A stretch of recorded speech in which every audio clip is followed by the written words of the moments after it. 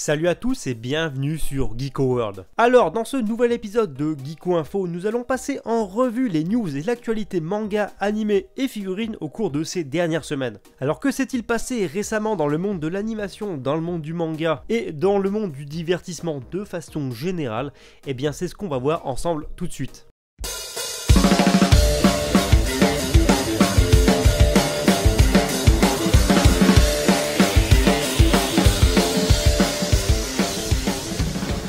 Alors je vous propose de commencer donc avec un petit tour d'horizon par rapport à l'actualité manga. Et la première information concerne notamment la licence Naruto chez Kana, avec notamment un report de la sortie de l'artbook Naruto The Animation Chronicle. En effet, la sortie de l'artbook était initialement annoncée au mois de novembre 2019 en France, suite à un petit imprévu par rapport justement aux ayants droit et aux négociations entre Kana et les différents partis japonais qui détiennent la licence. Cet artbook de Naruto qui rend parfaitement hommage justement à la série d'animation, que ce soit Naruto, Boruto ou même les différents films de Naruto, est reporté au mois de mars. Autre information concernant l'univers de Masashi Kishimoto, il s'agit tout simplement d'une news concernant le manga Samurai 8, le nouveau manga de Masashi Kishimoto. Et cette petite news devrait faire plaisir aux fans tout simplement parce qu'on a appris qu'une édition intitulée édition premium allait sortir avec une semaine d'avance, et du coup vous pourrez choper les tomes 1 et 2 simultanément dans un seul et même coffret à partir du 29 novembre. Et en plus de ça, cerise sur le gâteau, ce coffret qui sera vendu au prix de 13,70€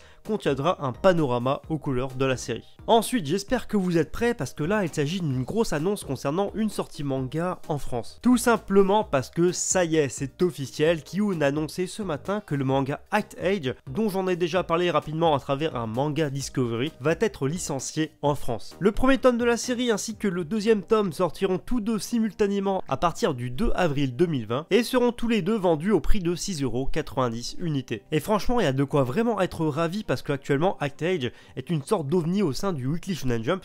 Ça ressemble à aucun autre manga par rapport à ce qu'on peut trouver actuellement dans le magazine. Et du coup, voilà, je trouve vraiment que pour le coup, Kiyun est vraiment l'éditeur le plus adapté pour ce genre de licence qui, pour, je le rappelle, parle surtout d'acting, donc c'est-à-dire du métier de comédien. Rendez-vous donc le 2 avril en librairie pour découvrir cette pépite. Petite information sympa si vous êtes fan de shoujo manga, il faut savoir que l'éditeur Pika en partenariat avec H2T et Nobinobi propose depuis le 7 octobre 2019 une opération proposant 4 bracelets offerts justement pour l'achat de 2 mangas de la gamme Shoujo Addict. Les fans de l'auteur et du mangaka Hiro Mashima doivent être en ébullition tout simplement parce que au mois d'octobre sortira un spin-off sobrement intitulé Heroes. Et ce qui fera d'ailleurs la particularité de cette mini-série, donc ce petit manga, c'est qu'il s'agira notamment d'un crossover entre les 3 séries phares du mangaka, à savoir le manga Rave, le manga Fairy Tail et plus récemment le manga Eden Zero. L'occasion pour les fans de la première heure du mangaka de retrouver le personnage de Haru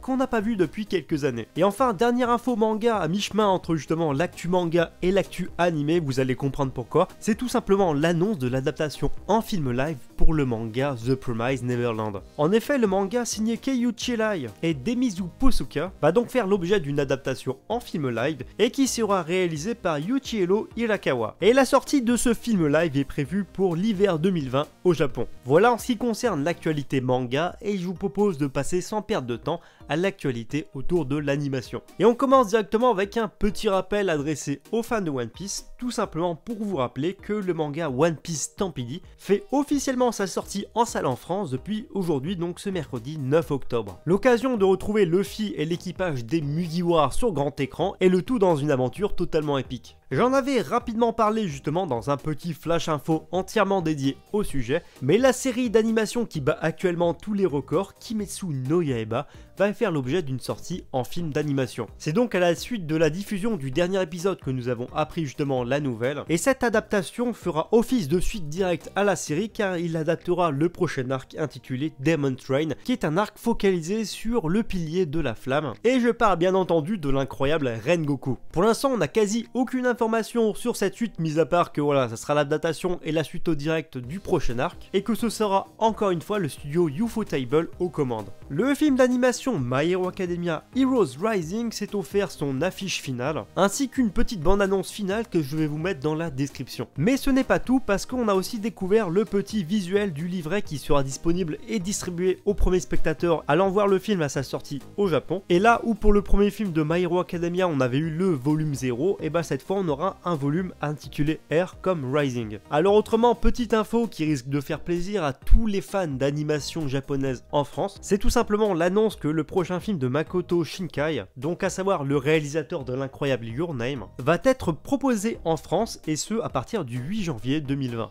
Intitulé Withering With You ou Tenki no Ko en VO, ce film d'animation a déjà rapporté plus de 13 milliards de yens au Japon. On enchaîne sur une news concernant l'animé Pokémon. Je sais que j'en parle pas souvent, mais je suis un fan de Pokémon. Et il faut savoir que la suite de l'animé sobrement intitulé Pocket Monsters, donc on a l'impression qu'on revient directement aux origines, s'est offert ses premiers car design et son premier poster. Cette nouvelle série et cette suite à l'animé Pokémon qui débutera le 17 novembre 2019 au Japon aura pour particularité de se focaliser justement sur les différentes régions qui ont déjà été visitées par nos héros. Et donc au cours de cette nouvelle saison, le personnage de Satoshi, connu aussi sous le nom de Sacha en France, voyagera à travers les différentes régions qu'il a déjà visitées, donc à savoir par exemple Sinnoh, Hoenn, Kanto, Johto et j'en passe. Au niveau du chara design, ça a l'air dans la continuité de ce que proposait notamment Sun and Moon, on aime ou on n'aime pas, mais pour l'instant le studio d'animation a l'air de vouloir poursuivre dans cette direction. Si vous êtes fan du manga Born to Be on Air, normalement cette news devrait vous réjouir, tout simplement parce que l'éditeur Kodansha a annoncé que le manga allait être adapté en animé. Et c'est donc le studio Sunrise qui aura la tâche d'adapter le manga en animé, dont la sortie est prévue à partir de avril 2020 au Japon.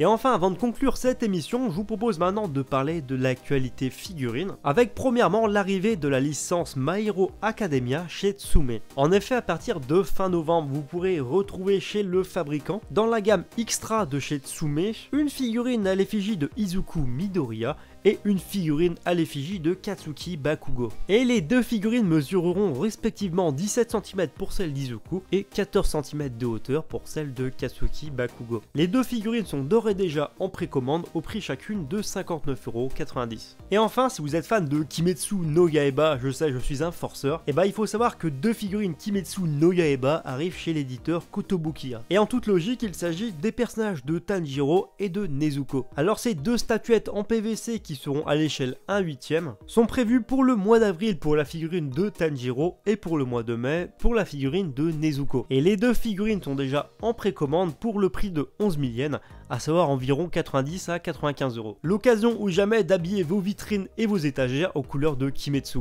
Enfin bref, voilà, c'est tout pour ce nouvel épisode de Geeko Info, j'espère vraiment que la vidéo vous a plu. En tout cas, comme d'hab, si vous avez kiffé la vidéo, dites-le moi dans les commentaires. N'oubliez pas de lâcher les pouces bleus.